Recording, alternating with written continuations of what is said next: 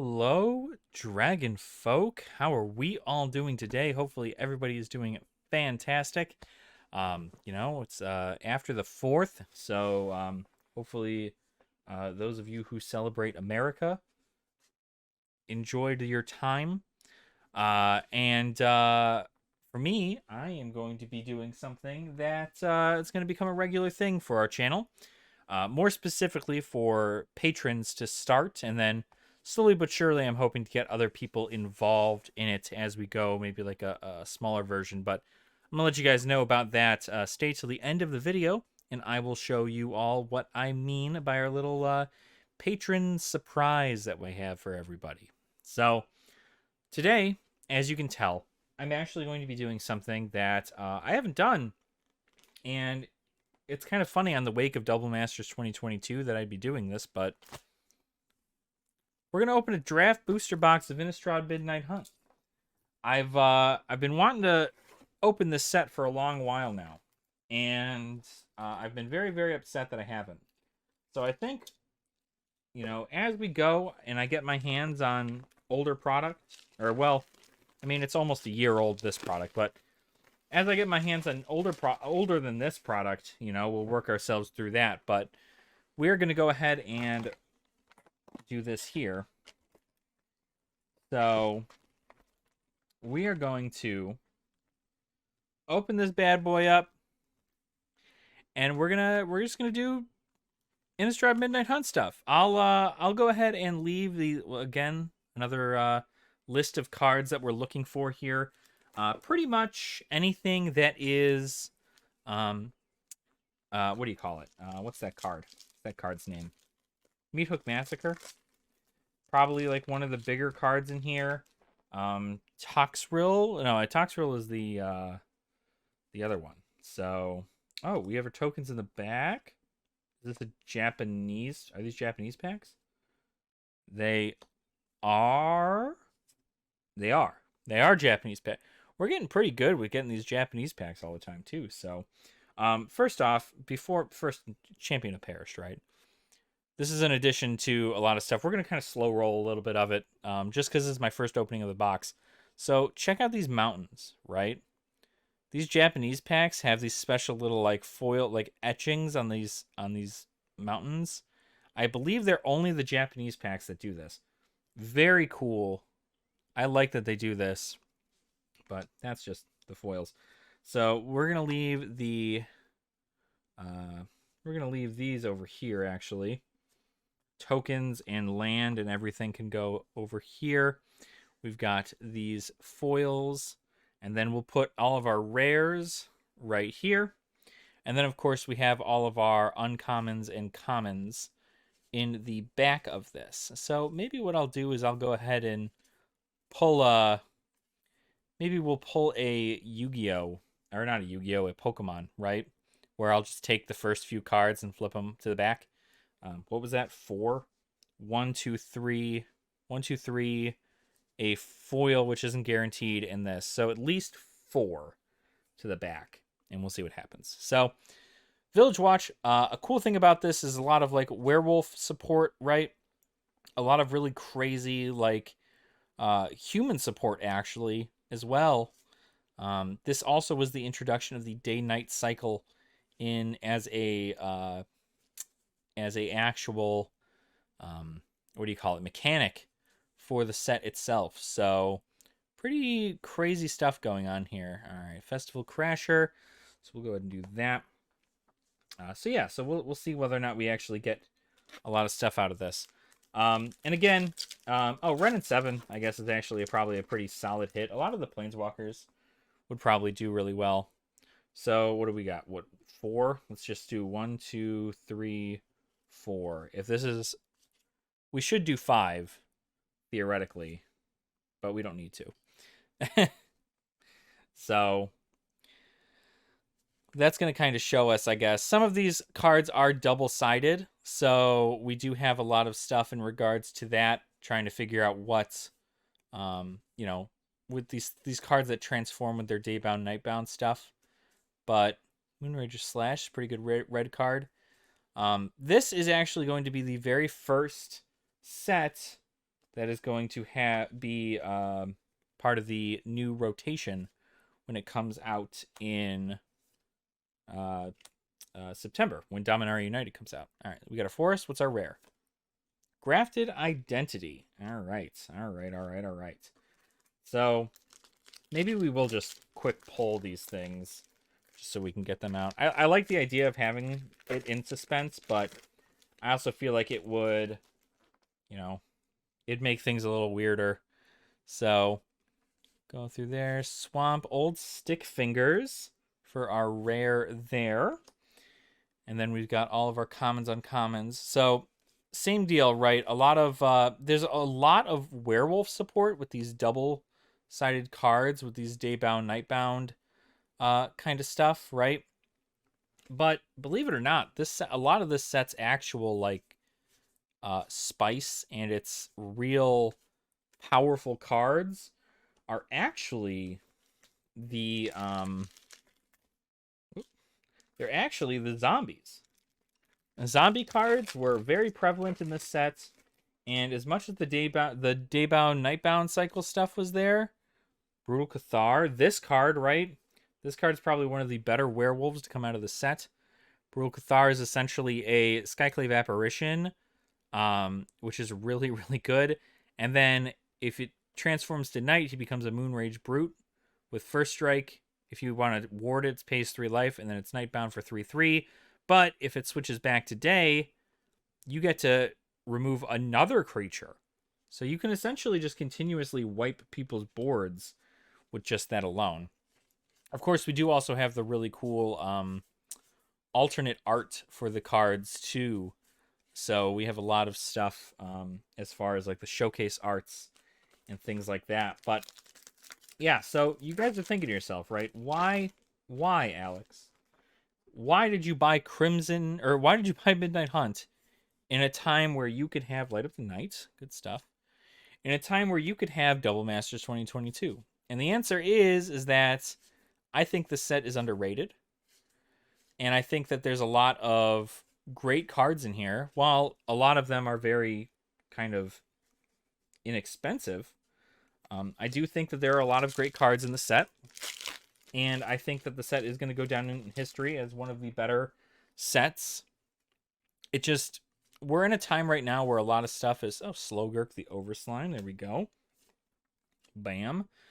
We're in a time where a lot of the cards were very much so, like, thrown upon us, We're expected to buy pretty much every set that comes out. And right now, there's set after set after set after set, and then like some sets are good, some sets are not. So it's definitely Mask of Grizzlebrand. There's our rare for that. So like I said, I mean, a lot of these are very much so. It feels like this set just came out and then was immediately going into Crimson Vow, and nobody liked that at all. Did any of these mythics? Did I miss mythics? No. All right. I don't know why I thought I missed mythics. So it pretty much just went right into Crimson Vow. I feel like nobody really had time to look into this. So it just didn't make any sense for people to have it. But people get forced upon a product. This was just right off the backs of several other sets. So things like I know Adventures in the Forgotten Realms came out. Foil Pithing Needle for our rare, or a rare foil Pithing Needle. That's great. That's amazing. Really, really good. What's our thing here? Briarbridge Tracker. So 2 rares in that pack. Pretty sick. Pretty sick. Love to see that. And then I think, I don't know. I'm a sucker for standard. I'm not going to lie. I'm just a sucker for standard. You guys are going to see a lot of standard content on our channel as far as arena goes. I may even get deck stuff together for paper, right? Denick Pious Apprentice for our rare there. And yeah, I mean, just in general, I know this set's going to do well. And even if you keep it sealed, right? You can get it sealed for so cheap right now. I mean, what? I got this draft booster box for, I don't know, I want to say maybe have $80, $90, something along the. Oh, Teferi, hi bud. How are you doing? Teferi, who slows the sunset. That's a planeswalker there. We like that. And then everything else, of course. I'll probably just skim over these. I don't actually recall what commons or uncommons are worth anything right now. I'll double check for you guys. So Play with Fire, Consider, and Morbid Opportunist seem to be the top pretty much common, uncommon cards. So there is a common going in here for at least $1. So something to definitely look out for as far as this goes. Ghoul Caller's Harvest. That in the rare slot there. So yeah, let's see if we find anything here. A lot of people, I'm trying to really figure out what's going to be the big thing with. Let me go ahead and just move this stack over so I can put new stuff down. I'm really trying to figure out what the new standard meta is going to be. With all the 3-color stuff happening with New Capenna, it's hard to wonder what's going to be available, or what's going to really be the thing that people play. Is this a foil? No, I'm crazy. So there is a, hold on, messing up my piles. This goes here. Yeah, that's right. Okay. If there's one thing us card openers do, is they mess up piles. It's just kind of the thing. But like I was saying, trying to figure out what exactly the meta is going to be, I think, is the harder part about playing Standard, because you get so used to an idea of what you are going to play. Ooh, look at that. Shady Traveler in a foil showcase. And then Swamp. Lisa the Forgotten Archangel. Okay, all right. This is another showcase art here. So one of the Orzhov angels there. Definitely, like I said, definitely a very, it's an interesting set.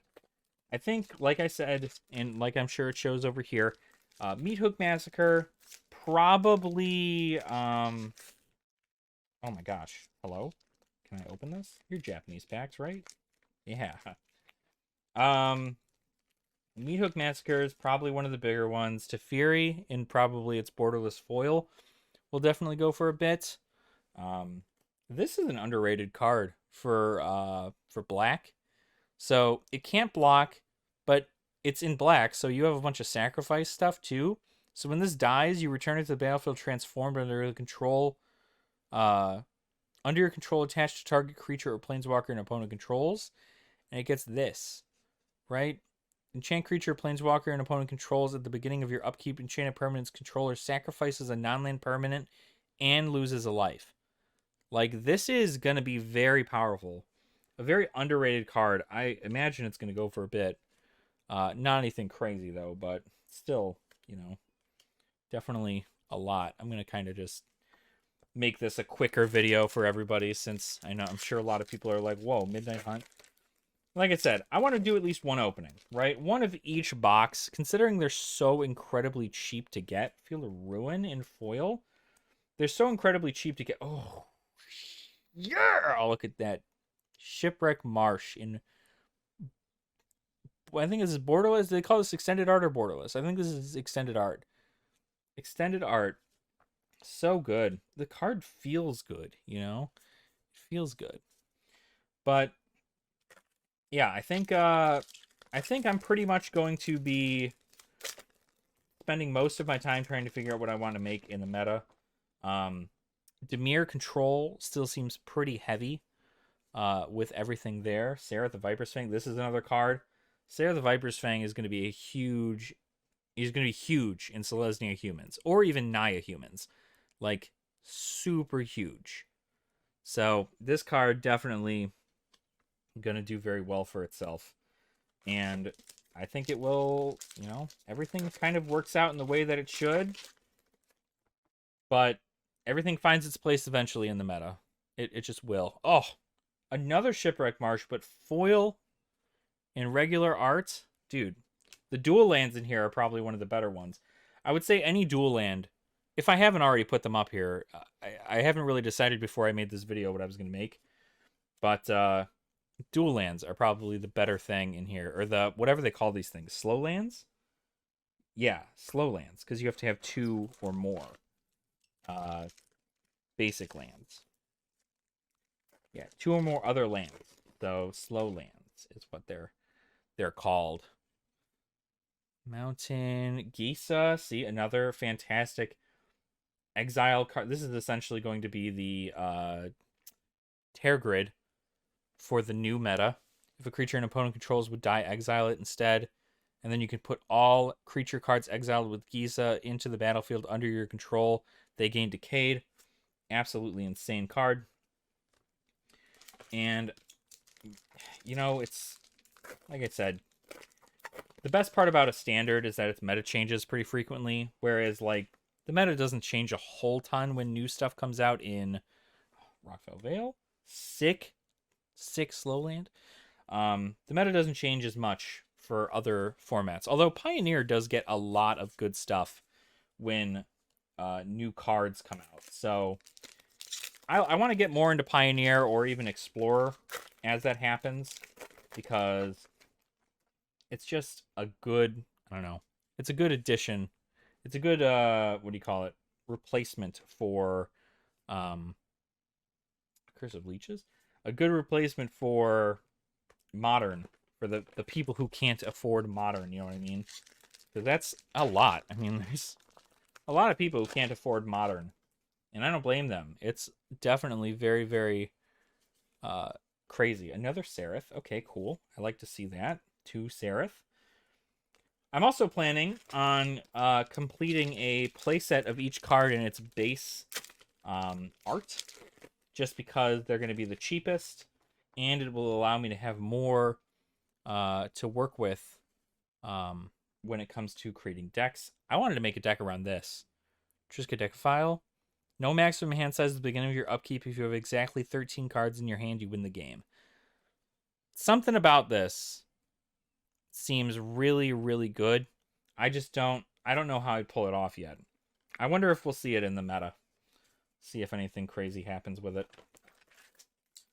Also, fun fact, you know, Innistrad Midnight Hunt comes with 36 packs in its draft booster box, unlike some other sets. So, definitely a Dire Strain Rampage. Sick little rare. Definitely something to think about when you're buying a draft booster box.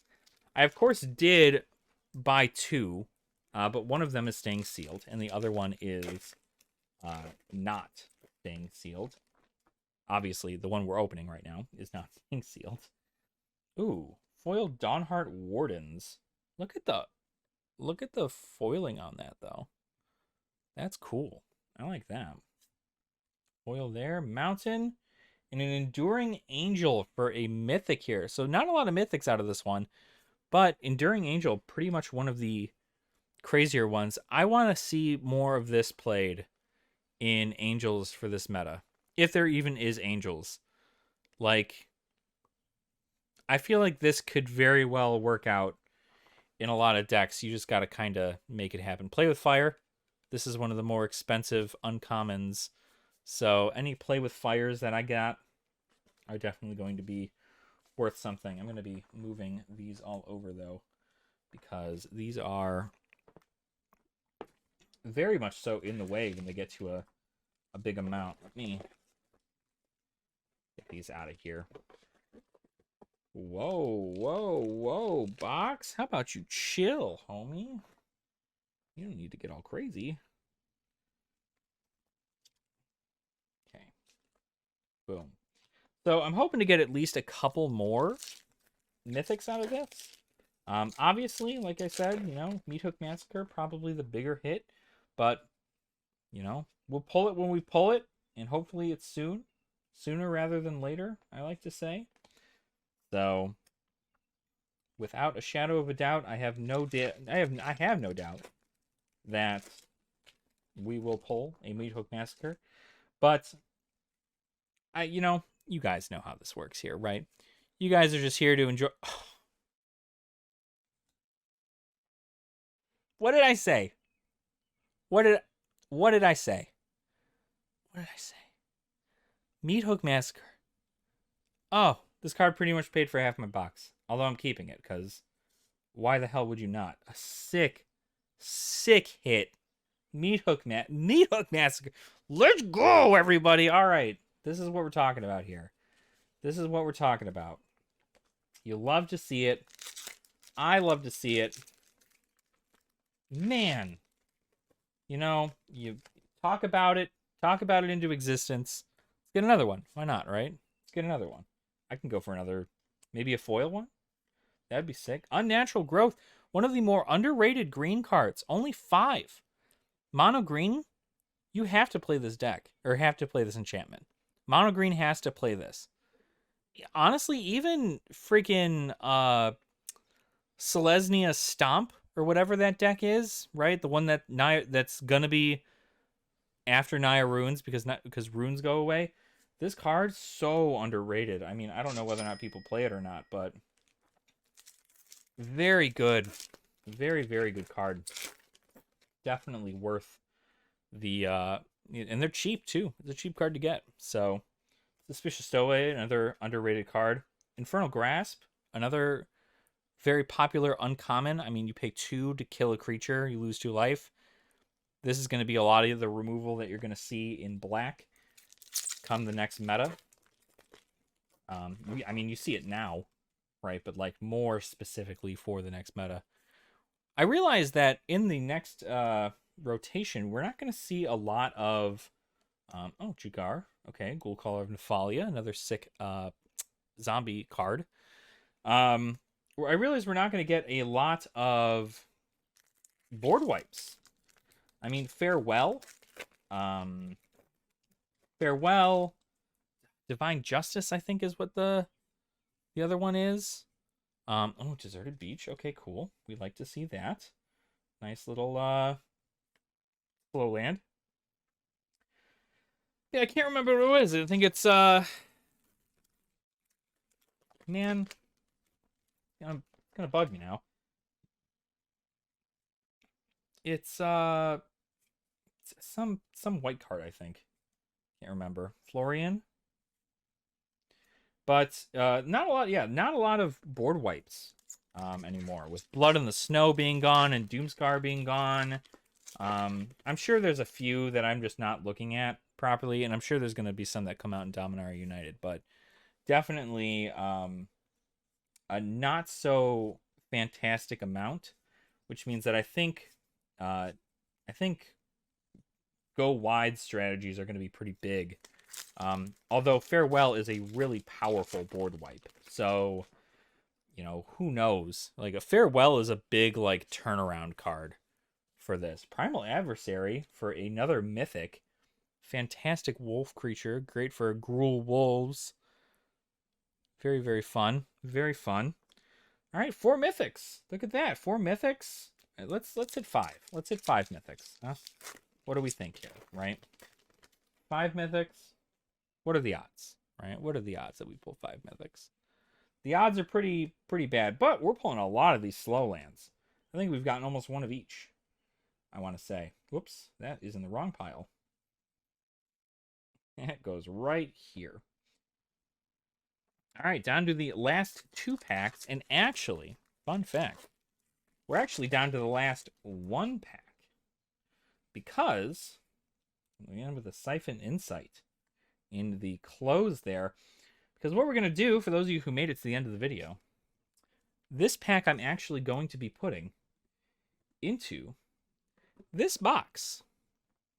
And what we're going to do is, once we hit a milestone on our channel, and we become more and more kind of affiliated with things, and I get a little bit more income coming in, we're going to do this more often. But for right now, when we hit subscriber goals, patron goals, so on and so forth, I'm going to take 1 pack from every one of the boxes that I open, and I'm going to put it in this little box.